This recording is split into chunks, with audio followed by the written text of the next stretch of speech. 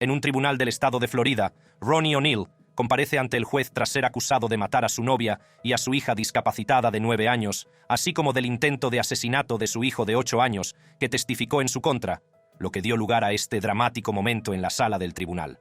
Ronnie O'Neill, cargos, doble homicidio. Momento arrogancia en la corte. ¿Me viste dispararle a tu mamá? Sí. ¿Te lastimé esa noche del incidente? Sí. ¿Cómo te lastimé? Me apuñalaste. El caso de Ronnie O'Neill se convertiría en uno de los más escalofriantes de los últimos tiempos. El doble homicidio de su novia, Kenyatta Barron, su hija discapacitada de 9 años, y el intento de asesinato de su hijo de 8 años, que sobrevivió milagrosamente a la terrible experiencia.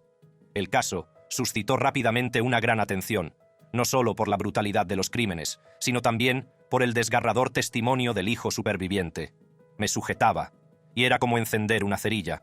Cuando O'Neill hizo finalmente su aparición, no era la figura encadenada y sometida que muchos esperaban. En cambio, estaba desafiante.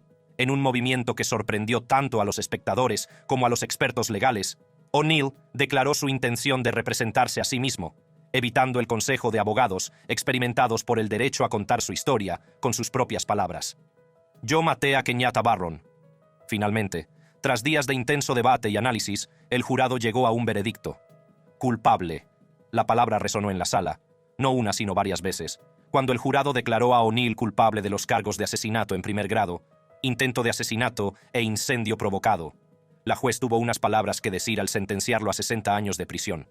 Creo que su representación de sí mismo también ayudó a salvarlo de la pena de muerte. Ronnie O'Neill, sentencia. 60 años de prisión. No offense. En un tribunal de Las Vegas, Penélope Soto se enfrentaba a graves cargos por poseer Xanax sin receta. Durante su audiencia de libertad bajo fianza, su actitud descuidada, alardeando de poseer joyas valiosas, irritó a la juez Rodríguez Chomat, lo que provocó un momento dramático en la sala. Penélope Soto. Cargos. Posesión ilícita de medicamentos con receta. Momento. Se burla del juez. La mañana del 4 de febrero de 23, Soto se vio envuelta en una situación insólita. La habían detenido por posesión de Xanax, un medicamento de venta con receta, sin prescripción médica. Se trataba de una acusación grave, que podía tener importantes consecuencias para su futuro. La gravedad de la situación era palpable mientras la procesaban y la citaban ante el juez para la vista de la fianza. Para Soto era una experiencia nueva e intimidante. Estaba a punto de aprender que cada acción en este ámbito de la justicia tenía una consecuencia. Cuando la juez Rodríguez Chomat preguntó a Soto por su situación económica, sus respuestas parecían burlarse de la gravedad del proceso. Poseo muchas joyas. Al juez, con un rostro severo que reflejaba la seriedad de su papel, no le hizo ninguna gracia. Siguió preguntando a Soto por sus bienes y su empleo, tratando de calcular la fianza adecuada para su puesta en libertad. Soto afirmó que estaba en paro y que su familia la mantenía, pero se jactó de poseer joyas caras. Esta afirmación llamó la atención del juez, que indagó más sobre el valor de sus posesiones. La respuesta de Soto fue frívola, sugiriendo que sus joyas valían mucho dinero. No es una broma. Usted sabe que ahora no estamos en un club. El juez, poco impresionado por su actitud arrogante, fijó la fianza en $5,000. Soto, sorprendido por la cantidad, se rió y le dijo «Adiós», en un tono que destilaba sarcasmo. Esta despedida informal no fue bien recibida. El juez Rodríguez Chomat, interpretando sus palabras de despedida como una falta de respeto, la llamó de nuevo al estrado. «Deme otra vez el papel. El recuento 1 será de 10,000. ¿Habla en serio?» «Hablo en serio. Adiós». La realidad de la situación estaba empezando a hundirse en el joven acusado, pero fue su siguiente acción la que sellaría su destino y encendería una tormenta mediática. Cuando se daba la vuelta para marcharse, Soto, quizá en un momento de frustración o incredulidad, levantó el dedo corazón y le dio un manotazo al juez. Los jadeos de los presentes en la sala fueron casi audibles como su gesto. El juez Rodríguez Chomat, que no daba la espalda a nadie, exigió a Soto que volviera una vez más. El juez interrogó a Soto sobre su gesto, dándole la oportunidad de explicarse. «¿Qué ha pasado?» «Creo que te he oído decir». «Sí, lo he dicho. No lo voy a negar». «¿Dijiste fóllame? ¿Has dicho que me jodan?» «Te encuentro en desacato criminal directo. 30 días en la cárcel del condado». El rostro antes sonriente de Penélope Soto estaba ahora marcado por la comprensión de que sus acciones tenían graves repercusiones. Su fianza se redujo a $5,000 2 días después, y tras disculparse ante el juez, se revocó su sentencia. Mientras que a Penélope se le permitió hablar durante todo el proceso, el siguiente hombre no lo hizo, ya que fue amordazado en el tribunal. Penélope Soto sentencia: 1 semana en prisión. A continuación, entramos en un tribunal de primera instancia del condado de Cuyahoga, donde Franklin William, condenado por múltiples delitos, se enfrentaba al juez John Russo para ser sentenciado. A pesar de las advertencias para que mantuviera el decoro, William interrumpió repetidamente el proceso, lo que llevó al juez Russo a amenazarle con amordazarle si era necesario. Franklin Williams: cargos robo a mano armada, secuestro, robo y delitos con armas. Momento: amordazado en la corte, señor Williams. Yo soy el juez en la materia, así que cierre la boca y le diré cuándo puede hablar. ¿Entendido? En la sala de vistas del Tribunal de Primera Instancia del Condado de Cuyahoga, William, condenado por robo con agravantes, secuestro, hurto y delitos con armas, se presentó ante el juez John Russo para ser sentenciado. El procedimiento comenzó con William expresando su descontento con su abogado recién nombrado, declarando: acabo de conocer a este abogado el otro día. El juez Russo emitió rápidamente una severa advertencia contra el comportamiento disruptivo, recordando a William que se adhiriera al decoro de la sala. A pesar de las instrucciones del juez, William siguió interviniendo, lo que provocó repetidas advertencias para que guardara silencio. El juez Russo incluso amenazó con amordazar a William si era necesario. Si es necesario, te amordazaré en un segundo. Así que escúchame.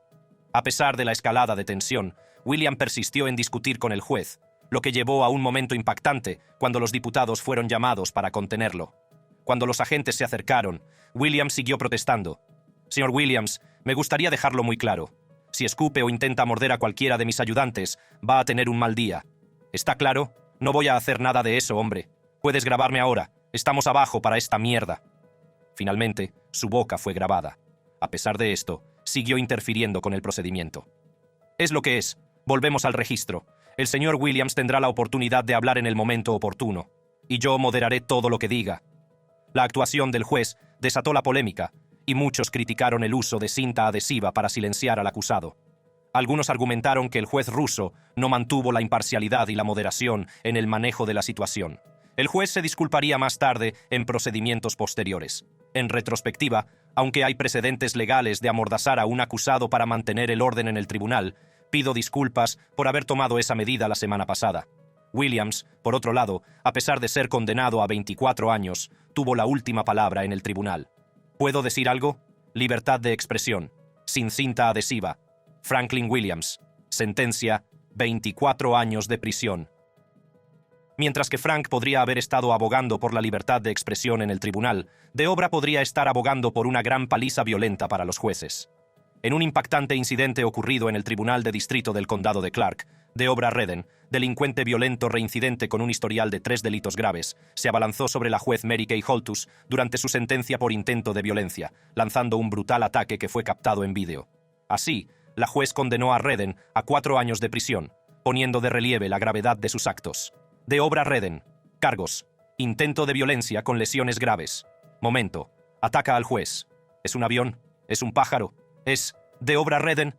Esta juez de Las Vegas pudo comprobar de primera mano en su sala por qué De Obra Redden era una delincuente violenta reincidente. De Obra Redden, de 30 años y con un historial de 3 delitos graves, se presentó ante la juez Mary Kay Holtus en el Tribunal de Distrito del Condado de Clark, a la espera de sentencia, por un caso de intento de violencia con lesiones corporales importantes. En un incidente sorprendente captado en vídeo, Redden se abalanzó hacia la juez Holtus mientras ésta presidía detrás del estrado, saltó por encima de ella y se lanzó al ataque. Posteriormente, se enzarzó en una refriega con varias personas y finalmente fue reducido tras la intervención de varios hombres. En medio del caos, sonó insistentemente una alarma pidiendo refuerzos. La declaración cargada de improperios de Redden, "Nah, fuck that bitch", resonó mientras se abalanzaba sobre el juez. "Nah, fuck that bitch", superando los intentos de evadirlo, desató un implacable asalto contra el juez Holtus y un alguacil de la corte. Las imágenes captaron cómo golpeaba repetidamente al juez Holtus, mientras el personal de seguridad intentaba recuperar el control de la situación. Antes de la agresión, el abogado de Redden había abogado por la libertad condicional durante el proceso de sentencia. Creo que ya es hora de que pruebe otra cosa. Sin embargo, la respuesta del juez Holtus adquirió una resonancia escalofriante dados los acontecimientos posteriores. Los cargos contra Redden se derivan de un incidente ocurrido el 23 de abril del año pasado, en el que supuestamente amenazó con infligir lesiones corporales graves, afirmando que reventaría las rótulas de otra persona. Sin embargo, después de todo, fue condenado a 4 años de prisión. De Obra Redden. Sentencia: 4 años de prisión. En una tensa audiencia sobre la custodia de los hijos en el Tribunal de Distrito del Condado de Durham, el juez Hill amonesta a los padres Rishana y Colin Morrison por sus constantes discusiones. A pesar de las advertencias, la actitud desafiante de Rishana la lleva a ser declarada en desacato y finalmente expulsada de la sala del tribunal, lo que se convierte en un caos cuando interviene su hermano y provoca altercados físicos con los ayudantes del tribunal. Juez James Hill, caso: custodia parental. Momento: retiene a los padres por desacato. En la sala del Tribunal de Distrito del Condado de Durham, en Carolina del Norte, el juez Hill, conocido por su imparcialidad, presidía una polémica vista sobre la custodia de los hijos de Rishana y Colin Morrison, padres separados. Las tensiones han llegado a un punto de ruptura después de 3 días de acalorados intercambios entre los Morrison, poniendo a prueba la paciencia del juez Hill. Colin alega que Rishana le ha ocultado a su hijo y pide la custodia total, mientras que Rishana acusa a Colin de abandono y de no pagar la pensión alimenticia. Me enfada que su padre viva en Durham, no pueda irse de vacaciones con amigos, salir a comer con su amante, llevársela de vacaciones y no pueda alimentar a su familia. El juez Hill, harto de las constantes discusiones, se pone severo y condena a ambos padres por su comportamiento. El juez insiste en la importancia del bienestar de sus hijos y les recuerda la responsabilidad que comparten. A pesar del desafío de Rishana, el juez Hill le lanza una advertencia, amenazándola con desacato si vuelve a hablar. Así que te han dado 24 horas porque te has ido de la lengua cuando te he dicho que te callaras. Nunca me fui de la lengua. Ahora tienes 48 horas. ¿Quieres decirlo otra vez? Incapaz de contenerse, Rishana sigue discutiendo, lo que lleva al juez Hill a cumplir su amenaza, acusándola de desacato. A pesar de las repetidas advertencias, Rishana persiste, lo que provoca nuevas sanciones por parte del juez. Rishana se calma brevemente, pero cuando el juez Hill se dispone a anunciar su decisión sobre la custodia, se desata el caos cuando Rishana protesta vehementemente contra la decisión, lo que provoca su expulsión de la sala. La intervención de su hermano agrava la situación y provoca altercados físicos con los agentes judiciales. La sala se convierte en un caos cuando Rishana y su hermano se enfrentan a los agentes. A pesar de la llegada de refuerzos, la situación sigue siendo inestable. La madre de Rishana agrava el caos con su arrebato antes de ser retenida. Más tarde, Rishana es condenada a 30 días de prisión por sus actos, mientras que su madre y su hermano reciben penas más cortas por resistirse a la detención. El juez Hill se enfrenta a críticas por su gestión de la situación, pero mantiene que su intención era dar prioridad al bienestar del niño. Juez James Hill, sentencia: amonestación pública. Ahora, basta de decir acerca de los jueces que distribuyen las sentencias a los civiles. ¿Qué pasa cuando otro juez es sentenciado? Bueno, eso crearía uno de los momentos más dramáticos de la corte. Tomemos por ejemplo. En 2012, Tracy Hunter compareció ante el tribunal con cargos, entre ellos manipulación de pruebas, falsificación y robo en el cargo. Tras un largo juicio, Hunter fue declarada culpable de un cargo y condenada a 6 meses de cárcel, un momento marcado por escenas dramáticas al ser sacada físicamente de la sala. Tracy Hunter, cargos manipulación de pruebas, falsificación y robo en el cargo. Momento, arrastrada fuera del tribunal. En 1920, tras unas polémicas elecciones que acabaron en una batalla legal por unos votos en disputa, Hunter salió victoriosa, convirtiéndose en la primera mujer afroamericana en ocupar el cargo de juez de menores en el condado de Hamilton, Ohio. Su victoria fue un momento histórico, celebrado por muchos como un paso adelante hacia la diversidad y la representación en el poder judicial. Sin embargo, el mandato de Hunter se vio pronto empañado por la polémica. Recibió críticas por su gestión de los casos judiciales y su estilo de dirección. Empezaron a salir a la luz acusaciones de mala conducta, como la de falsificar documentos judiciales para evitar que los fiscales recurrieran sus decisiones. Las crecientes tensiones entre Hunter y otros funcionarios judiciales, así como con los medios de comunicación locales, prepararon el terreno para una serie de acontecimientos que desembocarían en un drama judicial sin precedentes. La tormenta legal que rodeaba a Tracy Hunter se intensificó cuando fue acusada de múltiples delitos graves. Entre las acusaciones más graves figuraba la de haber abusado de su autoridad para otorgar un beneficio ilícito a su hermano, empleado de un tribunal de menores, que se enfrentaba a la posibilidad de ser despedido por haber golpeado supuestamente a un joven delincuente. Los cargos contra Hunter incluían manipulación de pruebas, falsificación y robo en el ejercicio del cargo. La tensión alcanzó su punto álgido cuando, tras un largo y polémico juicio, Hunter fue condenada por un cargo de tener un interés ilícito en un contrato público. El momento de la sentencia fue caótico. Cuando el juez ordenó que cumpliera 6 meses de cárcel, los partidarios de Hunter estallaron de incredulidad. En una escena que se convertiría en tristemente célebre, un ayudante del sheriff sacó físicamente a Hunter de la sala del tribunal, con los brazos sobre los hombros. Esta imagen simbolizaría la dramática caída de una carrera judicial prometedora y la culminación de un juicio que había cautivado y polarizado a la comunidad. Tracy Hunter. Sentencia: 6 meses de cárcel. En este caso, durante una vista por conducir bajo los efectos del alcohol en el juzgado del condado de Owsley, estalla un altercado entre la esposa del acusado, Ingrid, y la madre de la víctima, Peggy Gabbard.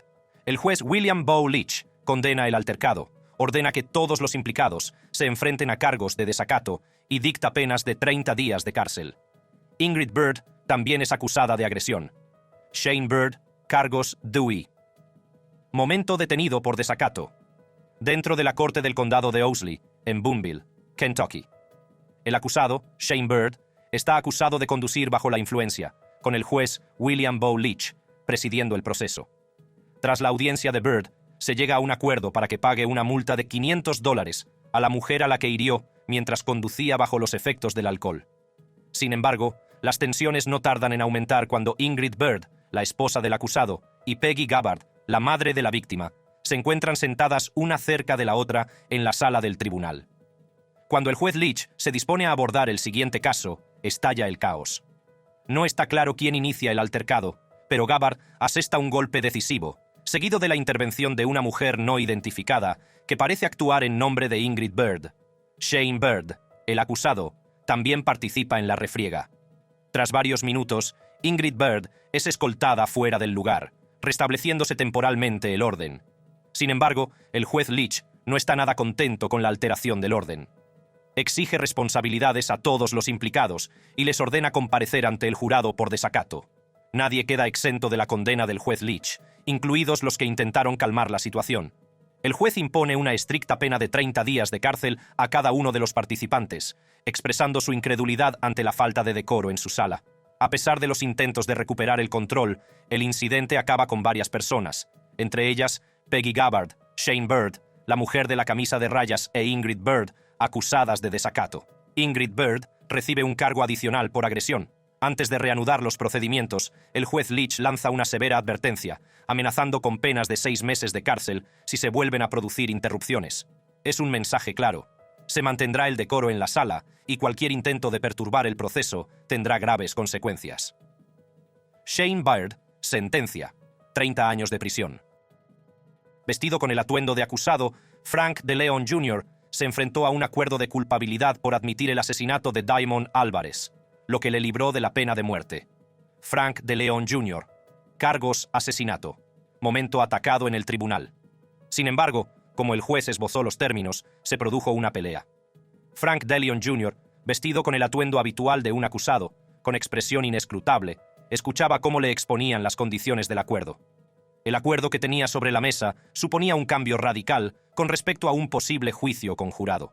Era un acuerdo por el que admitía el asesinato de Diamond Álvarez, a cambio de una reducción de condena. Los detalles de la declaración eran un testimonio de la gravedad del delito.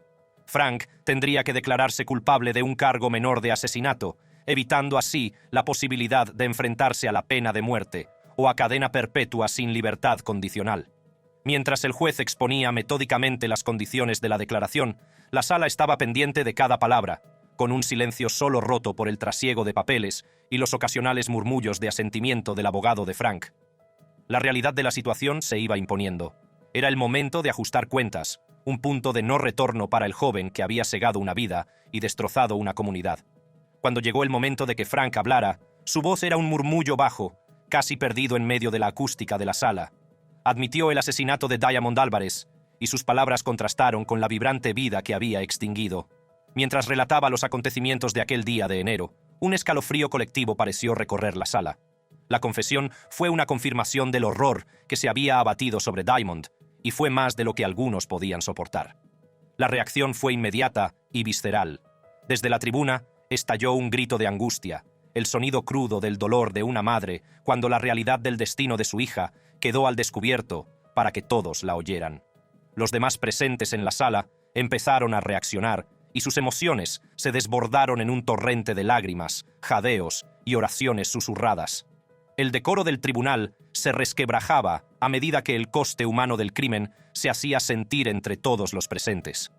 En este ambiente electrizante estalló la pelea. El personal de seguridad se apresuró a intervenir a medida que la pelea iba en aumento, con personas de ambos lados de la tragedia arremetiendo en un frenesí de emoción. El acuerdo de culpabilidad, que parecía una solución jurídica sencilla, se había convertido en motivo de una oleada de dolor y rabia. La pelea en el tribunal fue una manifestación del trauma colectivo que la comunidad arrastraba desde el día en que Diamond les fue arrebatado.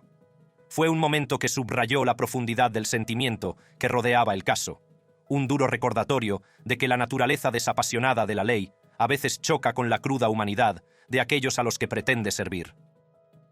A continuación, vamos a una sala de tribunal en el sur de Kentucky, donde un juez está tratando desesperadamente de mantener el orden y se encontraría cara a cara con Melissa Hardwick mientras arremete contra ella. Melissa Hardwick, cargos violencia doméstica. Momento, juez atacado. Al comenzar el proceso, el juez, una figura de autoridad e imparcialidad, llama al orden al tribunal. Melissa, sin embargo, parece agitada. Su comportamiento sugiere una tormenta que se avecina bajo la superficie. Sus interrupciones comienzan de forma inocua, pero pronto se intensifican y su voz sube de volumen, en marcado contraste con las tranquilas directrices del juez. El juez, manteniendo la profesionalidad, advierte a Melissa de las consecuencias de sus interrupciones. Sin embargo, a medida que se emite la advertencia, queda claro que Melissa no se callará. Su arrebato, una mezcla de agravios personales e injusticias percibidas, reverbera por toda la sala. En un momento que conmociona a todos los presentes, Melissa hace un movimiento que marcará para siempre este día en los anales de la historia de los tribunales. Se lanza hacia el juez. Sus intenciones no están claras, pero su objetivo es inequívoco. La sala se convierte en un pandemonium y los funcionarios entran en acción. El ayudante del sheriff Dodson, con los rápidos reflejos fruto de su entrenamiento, intercepta a Melissa antes de que alcance al juez. El forcejeo es breve pero intenso, con Melissa agitándose y gritando, exigiendo que la suelten. La juez, por su parte, mantiene la compostura, aunque la conmoción por el casi asalto es evidente en sus ojos. La intervención del ayudante del sheriff hace que Nancy caiga al suelo, y su arrebato se convierte en una cacofonía de gritos y demandas. La juez, que sigue en su asiento, la observa con una mezcla de incredulidad y alivio. La sala del tribunal, antaño un lugar de orden, se ha convertido en un teatro de lo inesperado, con Melissa Hardwick como trágica protagonista. Jacob Morgan, de 17 años, fue condenado por provocar un incendio mortal en una casa de Rock Hill, Carolina del Sur, que causó la muerte de un familiar. Encargado de cuidar a su hermanastro, Morgan supuestamente provocó el incendio intencionadamente, pero ante el tribunal no pudo evitar las lágrimas. Jacob Morgan cargos, homicidio involuntario. Momento. Lloró en el juicio. A los 17 años, Jacob Morgan fue condenado por provocar el incendio de una casa en Rock Hill, Carolina del Sur, que causó la muerte de un familiar. Morgan, encargado de cuidar a su hermanastro de 14 meses, habría provocado el incendio intencionadamente, según los fiscales. La señora Hill Dover y su marido, Mike Hill, padrastro de Morgan y padre de Joshua, habían confiado a Morgan el cuidado de Joshua mientras ellos estaban fuera. Afirmaron que Morgan, que tiene 17 años, estaba durmiendo cuando se declaró el incendio. El fiscal adjunto Willie Thompson declaró en una vista anterior que Morgan permaneció fuera de la casa en llamas, sin buscar ayuda ni intentar rescatar a su hermano menor, acciones que indicaban malicia. Morgan, que padece autismo, fue presuntamente coaccionado para que confesara haber provocado el incendio, según sus padres. Afirman que los vecinos ordenaron a su hijo que se mantuviera alejado del incendio y que frustraron sus intentos de volver a entrar en la casa para salvar a su hermano. Además, sostienen que Morgan, que tiene problemas de desarrollo y de alfabetización, confesó bajo coacción durante un interrogatorio no grabado de 5 horas. Los investigadores informaron de que Morgan dio varias explicaciones sobre el origen del incendio. Inicialmente, afirmó que había colocado accidentalmente una almohada cerca de un calefactor, pero más tarde admitió haber prendido fuego a una almohada y haberla lanzado al aire. Las pruebas sugieren que se encendieron 2 fuegos distintos, uno en el salón y otro en una manta del dormitorio principal, donde dormía Joshua. Los fiscales afirmaron que Morgan había admitido previamente haber provocado un incendio en la casa 2 semanas antes, expresando su fascinación por el fuego. El señor Thompson declaró: el acusado admitió en última instancia que no había vuelto a dormir, que jugaba con velas de té y que las encendía, y que tenía fascinación por el fuego. Durante su comparecencia para una audiencia de causa probable, Morgan puede ser visto rezando en la corte. Pronto se declaró culpable de homicidio involuntario y abandono ilegal de un niño. A pesar de ello, mantuvo su amor por su hermano y afirmó su inocencia.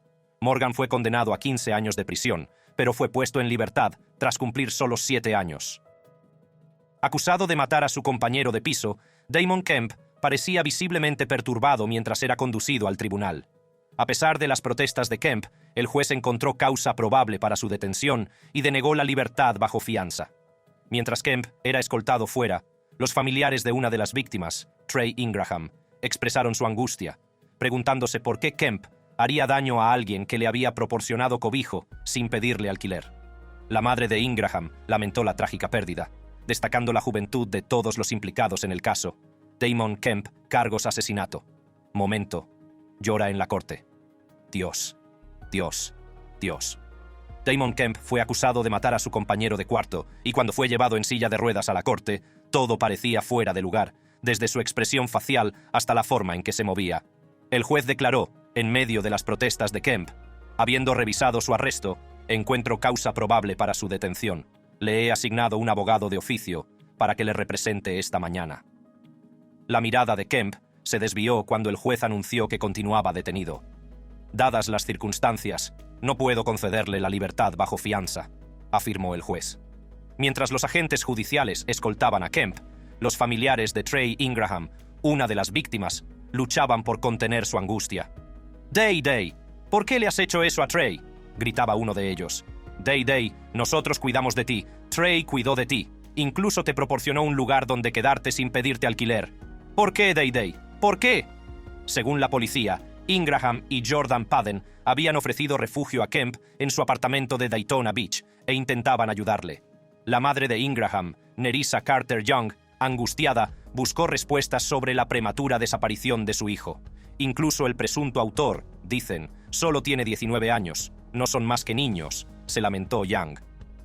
En un tribunal de Cleveland, Van Terry, padre de Shirelda Terry, se enfrentó al asesino de su hija, Michael Madison, cuyos atroces crímenes habían destrozado sus vidas. Mientras se desarrollaba el juicio, las familias soportaron la angustia de revivir los espantosos detalles de los asesinatos, con Van Terry soportando en silencio su dolor. Durante la fase de sentencia, la emotiva súplica de Van Terry para que se hiciera justicia y se cerrara el caso se convirtió en un momento de cruda furia al arremeter contra Madison, expresando la agonía de su pérdida. Finalmente, Michael Madison fue condenado a muerte por sus crímenes. Con esto llegamos al final de este vídeo. Para ver más vídeos como este, haz clic en las tarjetas de tu pantalla.